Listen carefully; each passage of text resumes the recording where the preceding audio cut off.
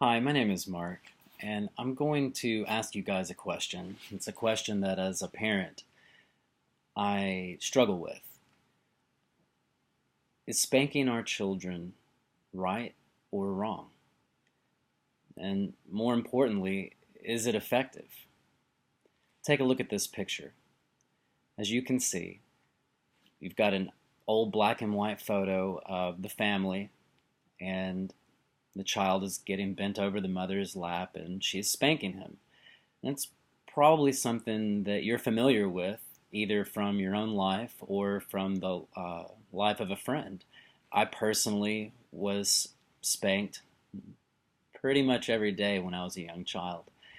Um, so this is something I'm familiar with, and it's something that in the beginning I incorporated into my parenting selectively at first, and then I found myself spanking more and more to try and reach the same outcome of obedience from the child.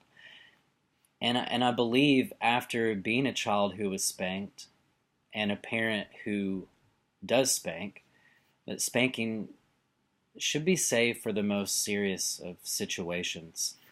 There are many ways we can teach our children without using this form of capital punishment. And it's something that when I approached this topic, I actually learned a lot more about myself than I did about ways to avoid spanking. I'm willing to assume that most of us were spanked as children to one degree or another. I was spanked, like I said, daily as a child up until my teenage years. My father was ex-military and he was very strict. He was known for his sternness. And just a little bit about myself, I am the proud parent of two young boys, Aiden and Luca. Aiden was born on my birthday. He's 3.5. And Luca is about to enjoy his second birthday. He's about to be 2 in about a week. My sources for this research advocate the avoidance of spanking unless no other means of discipline is either effective or warranted. I'm going to explain this to you. It's incredible the way that I was raised. Whether I was good or bad, my parents found something to spank me for, and my wife and I, we started out not wanting to spank, but we didn't have the tools, nor did we do the research to effectively parent our children without using spanking. And I quickly found that it was ineffective. So what did I do?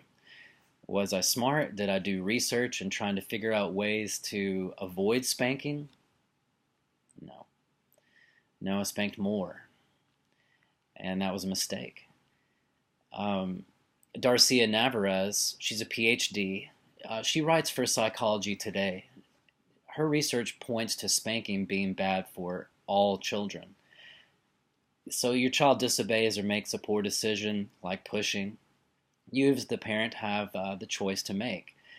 Navarez claims that research shows spanking actually reduces compliance in the long term, but timeouts, which is something that I have used and I'm using more now, actually increases compliance. She says spanking also increases aggression in children. They actually learn from our modeling. So what we're doing is when we spank our children, we're actually teaching them to be aggressive inadvertently. Time magazine warned against spanking without first warning the child that first offense would warrant a spanking. So for instance, if you're going to spank your child, you don't spank the child for what they just did. You would explain to the child the next time you do that, you're going to get a spanking. And I've tried this method with some degree of success. The Time magazine's research shows that spanking out of anger and haste will only further frustrate the child rather than teach the child. Scientific American, a behavior and societal editorial, shines light on a meta-analysis of 75 published studies and found that spanking yielded negative outcomes. The studies showed that children did not improve as a result of spanking, and this research really kind of solidifies my personal experience as a parent. my wife and I, we did not want to spank our children as a result of sleeplessness, schedules, all the excuses that any good parent's going to have, but they are excuses. We started to spank our children and got immediate results in the initial term, but we found that we had to continue, the frequency had to increase. So it became less effective, and the children got to where it meant less to them, so we had to spank more frequently. That's basically why I chose this topic, because I think in the back of my mind I knew there had to be a better way. So Debbie Godfrey from Positive Parenting, she's a 20-year parent educator and served on numerous councils and committees. She actually has a 9-step approach to avoiding spanking. Now, out of these 9 steps, the first 3 are actually for the parent. They're not steps for the parent to teach the child. They're steps for the parent to teach themselves.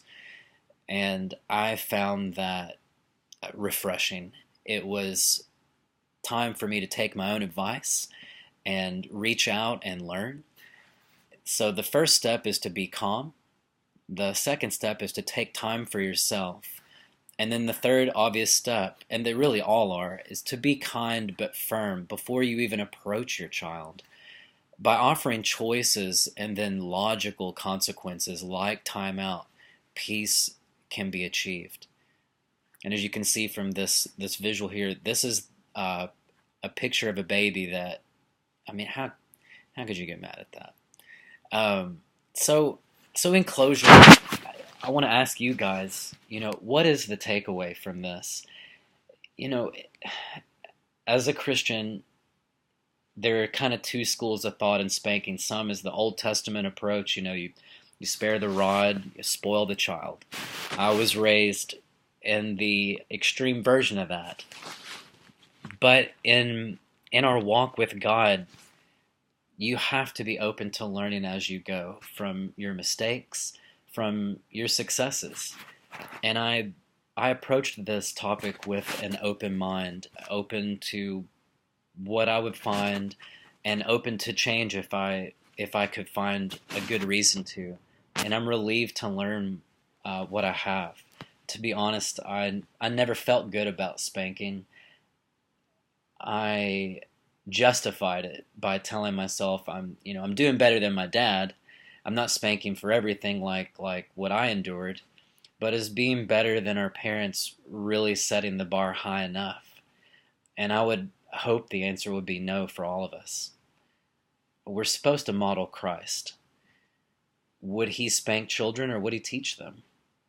In the scripture, he would surround himself with children. He would call to them and he would teach them. So in my walk with God, I've come to relish these types of humbling moments when he shines on my weaknesses and I'm given an opportunity and an ability to improve myself and become a little more like him. So I will first ask myself to learn and change before I ask my children to learn and change. Only then can I be giving my children the father that they deserve. Thank you.